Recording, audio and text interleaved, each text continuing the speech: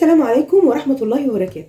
النهاردة هنعمل حاجة حلوة جدا سهلة وبسيطة، هنعملها النهاردة بالسميد، بس هي شوية هتبقى بمكونين. هنعمل مع بعض النهاردة الحلوة بتاعت السميد، وكمان هنعمل الكريم باتيسير، فهتبقى حلوة جدا ومغذية كمان قوي. هقول لكم بقى المقادير بتاعت حلوى السميد، برضو هنكمل مع بعض الكريم باتيسير. كوباية ونص من دقيق السيمولينا، نص كوباية من الزيت، 100 جرام من الزبدة، كوباية دقيق، نص كوباية من السكر.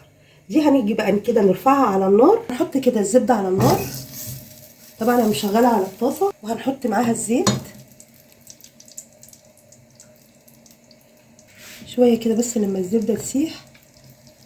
متقلقوش هي هتشرب الزبدة. الحلوة بتاع السميد دايما بتعتمد على اننا لازم نحط لها لو مفيش زبدة كمان سمنة، بس يفضل تكون سمنة بلدي. وبعدين بقى احط كمان بقى السميد معاها، اديله كده تقليبة بسيطة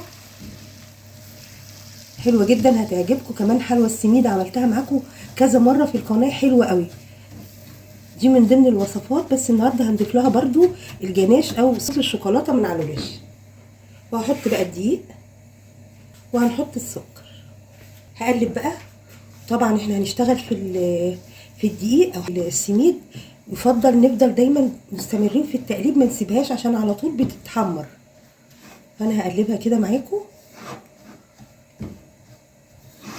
النهارده بقى نحط على حلوى السميد كريم باتيسير. هقول لكم برده المقادير بتاعته: لتر لبن، معلقتين كبار من الدقيق، معلقتين كبار نشا، بيضايه، 100 جرام زبده، نص كوبايه من السكر، وهنحط فانيليا، هنحط رشه من الفانيليا. هحط بقى اللبن،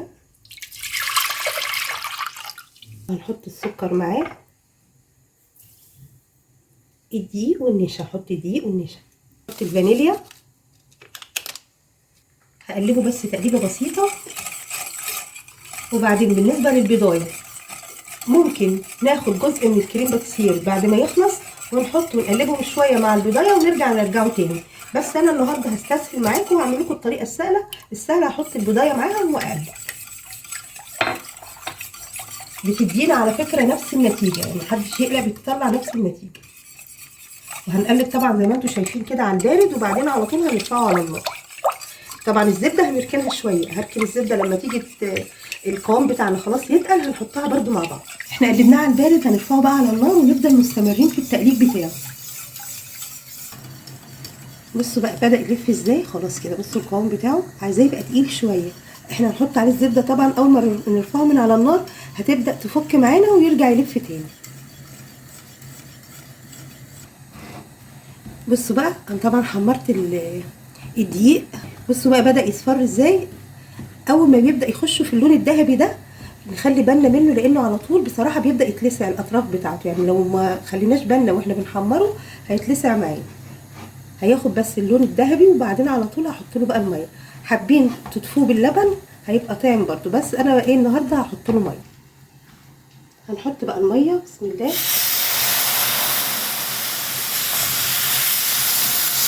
خلي بالنا بقى البخار بتاع الميه ده ما نحاولش نخليه يجي على ايدينا عشان ايدينا ما تتلسعش. حطه بقى كده، هديله تقليبه وهرفعه على النار بس 5 دقايق. بصوا بقى هو بدأ يشرب الميه بتاعته. هنبدأ بس كده ايه نستنى عليه شويه. بصوا طلع من البوله ازاي، هو المفروض يطلع من البوله كده يبقى تمام، زي بالظبط الاكلير او عجينه الشوي. المفروض تطلع كده من الطاسه زي ما انتم شايفين كده، بتبقى خلاص هي استوت معانا. فانا بس بنفضل نقلب فيه كده. على فكره ممكن كمان يتاكل لوحده، ده نفس طريقه سد الحنك بالظبط، بس هو احنا عاملينه النهارده بالسميد. فكده انا هطفي عليه خلاص. بصوا بقى هي دفت وبقت تقيله ازاي. هنحط بقى ايه القطع بتاعه الزبده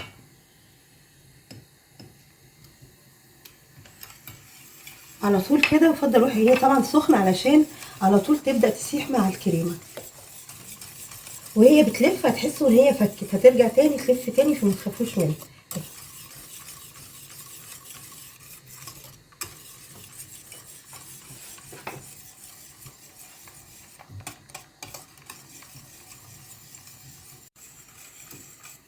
هنحطه بقى كده في بول عندنا.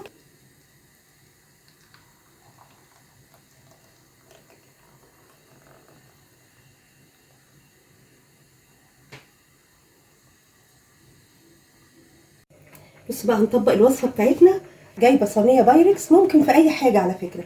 هنحط الاول حلوى السميد، وهنبدا كده ايه نوزعها. فكره بتاكل لوحده بيبقى طعمه حلو جدا، وبيدفي بقى في الشتاء لو عملنا الوصفات دي. بص خليها كده كلها تبقى قطعه واحده، عشان لما نيجي نحط الكريمه تدي شكل حلو في الاخر. هحط بقى عليها كده، نقلب الكريم بتسير مع بعض.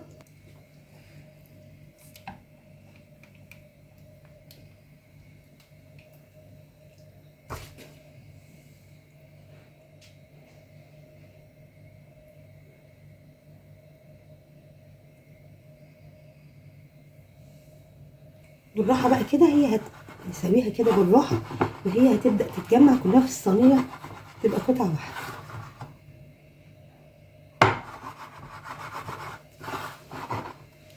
وعلى الوش هنحط لها ايه؟ صوص الجناش.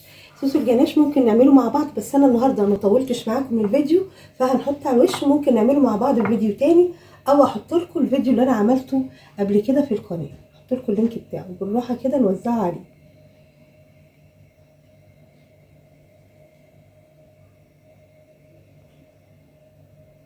هنسيبها بقى ايه تسع شويه في التلاجة، وعلى طول هنبدا ان شاء الله برضو نقدمها مع بعض.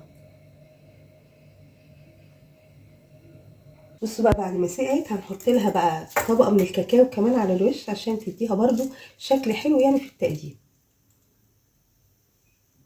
بتدي على فكره طعم حلو جدا، بتزود الطعم بتاع الشوكولاته اللي حاطينه على الوش.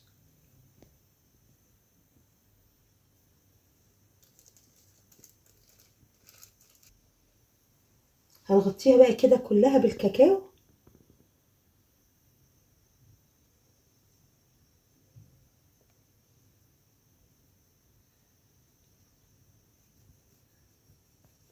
هنشوف بقى مع بعض كده قطعه من جوه، شوف شكله عامل ازاي.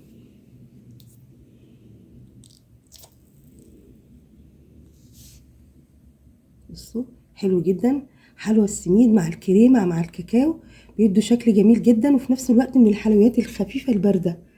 جربوها باذن الله، هتعجبكم جدا ان شاء الله. اشوفكم على خير، السلام عليكم ورحمه الله وبركاته.